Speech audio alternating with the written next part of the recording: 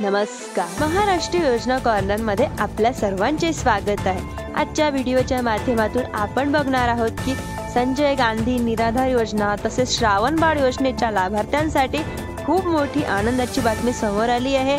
या दोन्ही योजनांपैकी तुमच्या घरामध्ये कोणी लाभार्थी असेल किंवा तुम्ही स्वतः लाभार्थी असाल तर तुमच्यासाठी ही अत्यंत महत्त्वाची अपडेट आहे, कारण की राज्यामध्ये पुन्हा एकदा महायुतीचे सरकार आल्यामुळे राज्य सरकारने या योजनेमध्ये दोन मोठे बदल केले आहे आणि हे दोन्ही बदल दरमहा मिळणाऱ्या पेन्शन संदर्भामध्ये असल्यामुळे व्हिडिओ शेवटपर्यंत नक्की पहा। चॅनलला नवीन असाल तर चॅनलला लाईक, शेअर, सबस्क्राइब करायला विसरू नका, जेणेकरून तुम्हाला अशाच महत्त्वपूर्ण अपडेट्स आधी पाहायला मिळतील। सुरू करूया।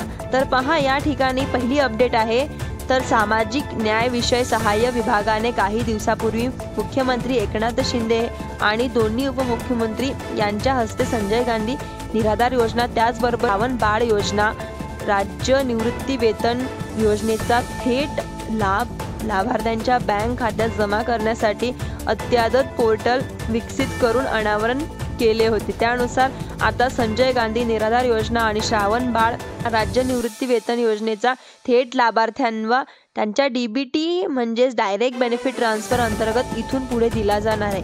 त्यानंतर दुसरी आणि महत्त्वाची अपडेट आहे, लाभार्थ्यांना प्रत्येक महिन्याला वेळेवर दरमहा पेन्शन देण्यात आता प्रत्येक महिन्याला 5 तारीख निश्चित केली जाणार आहे। त्यामुळे राज्यातील संजय गांधी निराधार योजनेच्या 15,97,116 वर बाळ सेवा राज्य निवृत्ती वेतन योजनेच्या 29,62,015 असे एकूण 45,59,131 लाभार्थ्यांना मोठा फायदा या ठिकाणी होणार आहे।